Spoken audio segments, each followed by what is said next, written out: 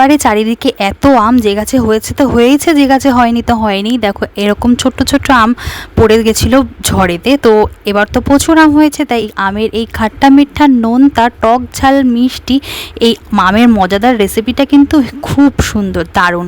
তো চলো দেখতে থাকো। আর যখন কিছু আম থাকবে না এরকম রেখে দিলে, যখন ইচ্ছে সারা বছর মন ভরে খেতেই পারো।